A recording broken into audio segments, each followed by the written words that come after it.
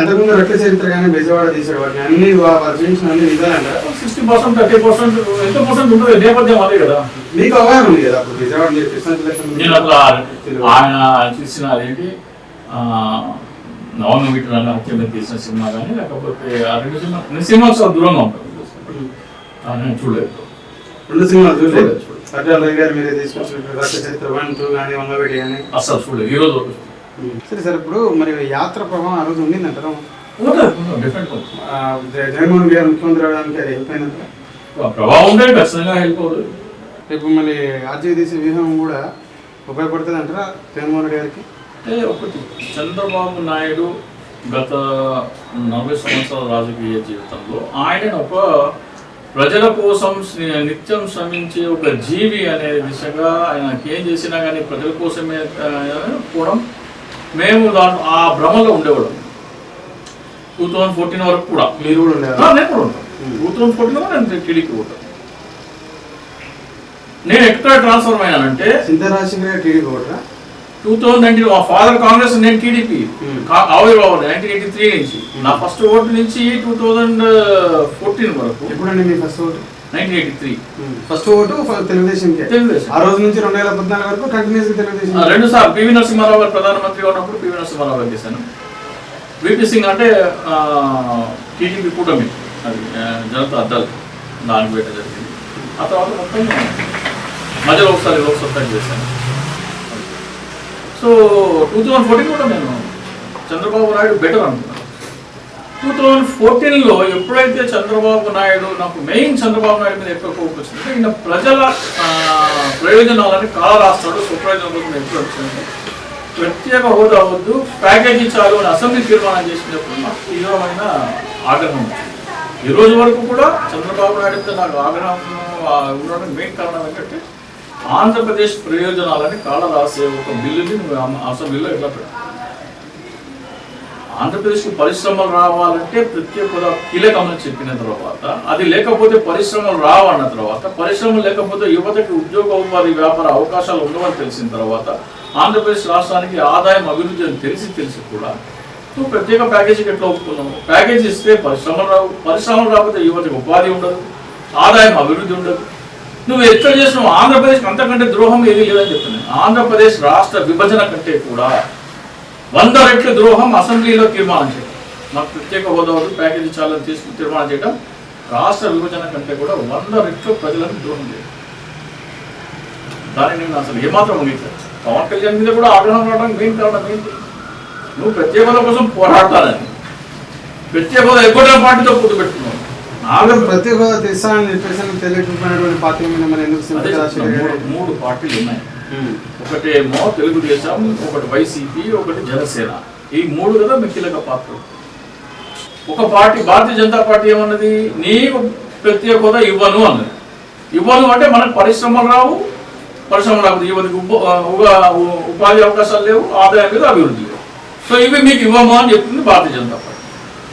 ఆ భారతీయ జనతా పార్టీకి చెప్పిన దానికి ఓకే అని అసెంబ్లీ తీర్మానం చేయడం ఏంటంటే, మా యువతకి ఉద్యోగ ఉపాధి వ్యాపార అవకాశాలు లేదు, మా రాష్ట్రానికి ఆదాయం అభివృద్ధి అవకాశం లేదని ఒక బాండ్ పేపర్ మీద రాసి మోడీకి ఇచ్చినాడు చంద్రబాబు నాయుడు. అసెంబ్లీ తీర్మానం అంటే అర్థం అది.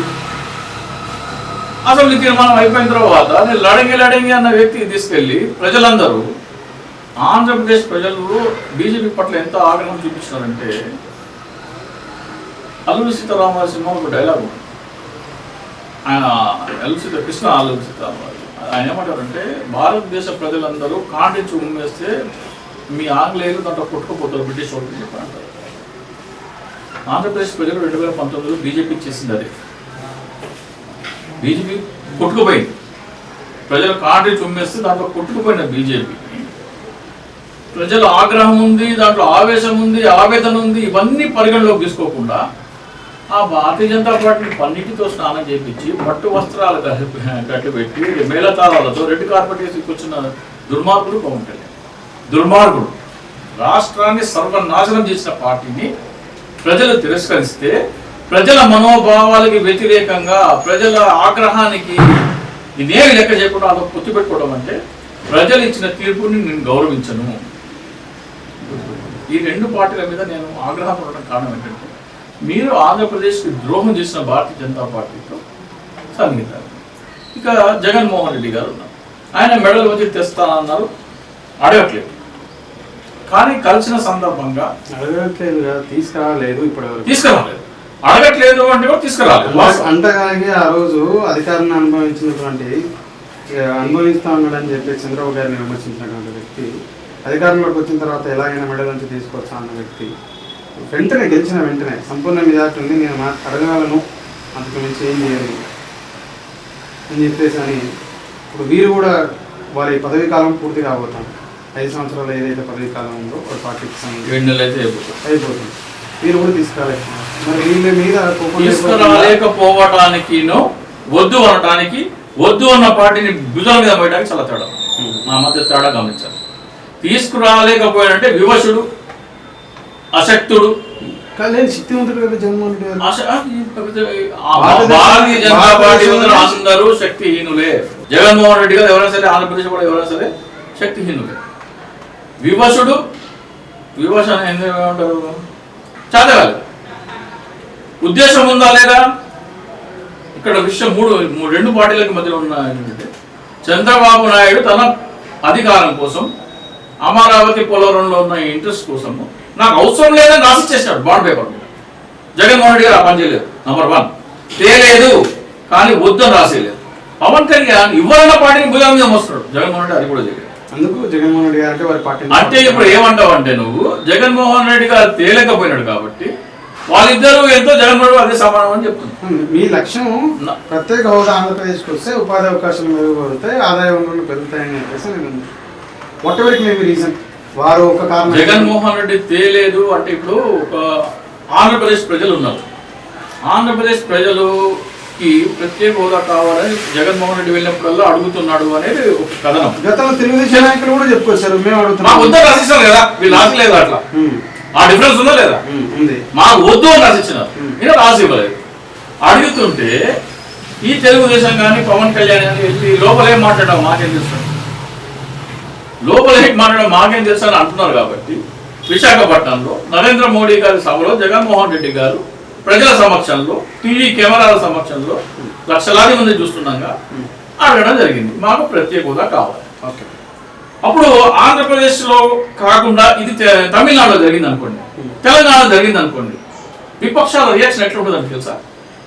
జగన్మోహన్ రెడ్డి గారు మోడీ గారి సమక్షంలో ప్రత్యేక హోదా అడగడాన్ని మేము స్వాగతిస్తున్నాము, ఇంతటితో కాకుండా మరింత ఉధృతంగా పోరాటం చేయాలి, మేము మా అవసరమైన సపోర్ట్ ఇస్తాము.